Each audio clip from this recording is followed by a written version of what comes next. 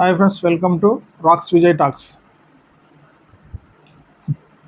ముందు వీడియోలు చాలా రెస్పాన్స్ అవుతున్నారండి. వ్యూస్ చాలా వస్తున్నాయి, బాగా సబ్స్క్రైబ్ అయితే చేస్తున్నానండి. ఇంకా ముందు ముందు మంచి మాటలు మీ ముందుకు తీసుకొస్తాను, టిప్స్ తెస్తానండి, హెల్త్ విషయాలు కూడా చెప్తానండి. ఇంకొకటి, ఏదైనా వీడియోలో లోపం ఉంటే మాకు ఒక కామెంట్ చేయండి. ఫర్దర్గా మేము దాన్ని మార్చుకోవడానికి చాలా ఈజీగా ఉంటుందన్నమాట. ఇప్పుడు చెప్పబోయే టాపిక్ వచ్చేసి బ్లడ్ షుగర్ ఎలా వస్తుంది, దానికి అది ఎలా వస్తుంది అనేది తెలుసుకుందామండి ఈ వీడియోలో. ఫర్దర్గా ఈ బ్లడ్ షుగర్ అనే సిరీస్ ఒక 4-5 వీడియోలు అయితే వస్తుందండి. ఒక్కొక్క వీడియో ఒక్కొక్క రోజు అప్లోడ్ చేస్తుంటాను.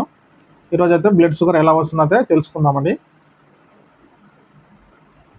బ్లడ్ షుగర్ రక్తంలో చక్కెర స్థాయిలు పెరగడానికి లేదా రావటానికి ప్రధానంగా మనం తినే ఆహారం, జీవన శైలి మరియు శరీరంలోని హార్మోన్ మార్పులే దీనికి కారణం. ఇది శరీరంలో ఎలా పెరుగుతుందో సింపుల్గా చూద్దామండి. ఫస్ట్ పాయింట్, మనం తినే ఆహారం అంటే ఫుడ్.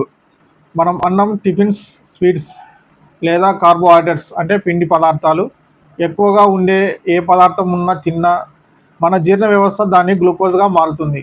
ఈ గ్లూకోజు రక్తంలోకి చేరుతుంది. రెండో పాయింట్, ఇన్సులిన్ పాత్ర. రక్తంలోనికి వచ్చిన గ్లూకోజును మన శరీరంలోని కణాలుగా మారుస్తుంది. రక్తంలోనికి వచ్చిన గ్లూకోజును మన శరీరంలోనికి కణాలు శక్తిగా మార్చుకోవాలి. దీనికోసం క్లోమ గ్రంథి ఇన్సులిన్ అనే హార్మోన్ను చేస్తుంది.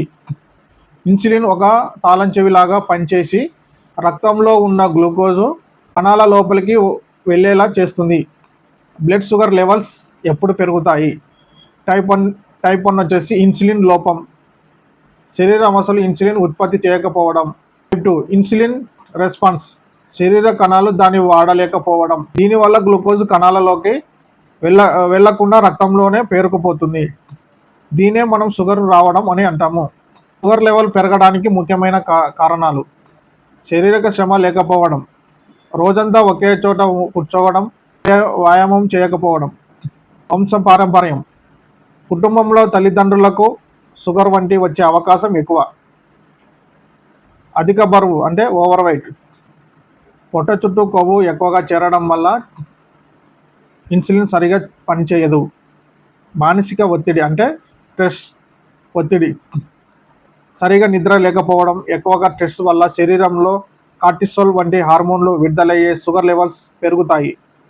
ఆహారపు అలవాట్లు: మైదా, చక్కెర, జంక్ ఫుడ్స్, కూల్ డ్రింక్స్ ఎక్కువగా తీసుకోవడం.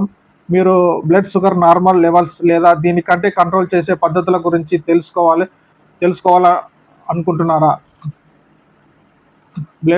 మనము బ్లడ్ షుగర్ రాకముందే మనమైతే ఒక ఆహ్వానం అయితే చూసుకోవాలండి. ఎందుకంటే చాలామంది స్వీట్స్ ఎక్కువ తింటారు, కూల్ డ్రింక్స్ తాగుతారు. ఆహార పదార్థాలు అనేటివి చాలా లెవెల్గా తీసుకోవాలి. మనకు వయసు పెరిగే కొద్దీ ఆహారం నార్మల్గా తీసుకోవాలి. జంక్ ఫుడ్స్ ఎక్కువ తీసుకోకూడదు, మసాలాలు ఎక్కువ తీసుకోకూడదు, నార్మల్గా తీసుకోవాలి. వారానికి ఒకసారి తీసుకున్నా మనము తగిన మోతాదులో పని అంటే మన శరీరానికి ఒక వ్యాయామం అనేది ఉండాలి.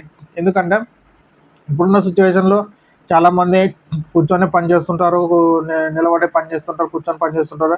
ఎక్కువ ఒత్తిడి లేదనమాట. కాబట్టి శరీర శ్రమ అంటే చాలామంది కొంతమంది బిల్డింగ్ కాడ పనిచేసే వాళ్ళు కానీ, లేకుంటే వ్యవసాయం పనిచేసే వాళ్ళు కానీ, లేకుంటే ఎద్దులు వాళ్ళు చేస్తారు క్రికెట్ వాళ్ళు, అదే వ్యవసాయ పనులు చేసేవాళ్ళు, వాళ్ళకి మాత్రం శారీరక శ్రమ ఉంటుంది. వాళ్ళు పుష్టిగా ఉంటారు, మంచిగా ఉంటారు అనమాట.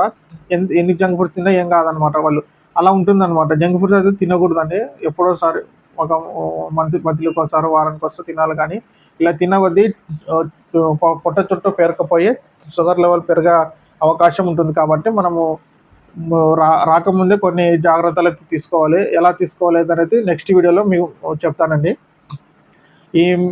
ఈ బ్లడ్ షుగర్ ఎలా వస్తుందనే మాటలు మీకు తెలియజేసినందుకు మీకు ఈ వీడియోలో మంచి విషయాలే చెప్పానని అనుకుంటున్నాను.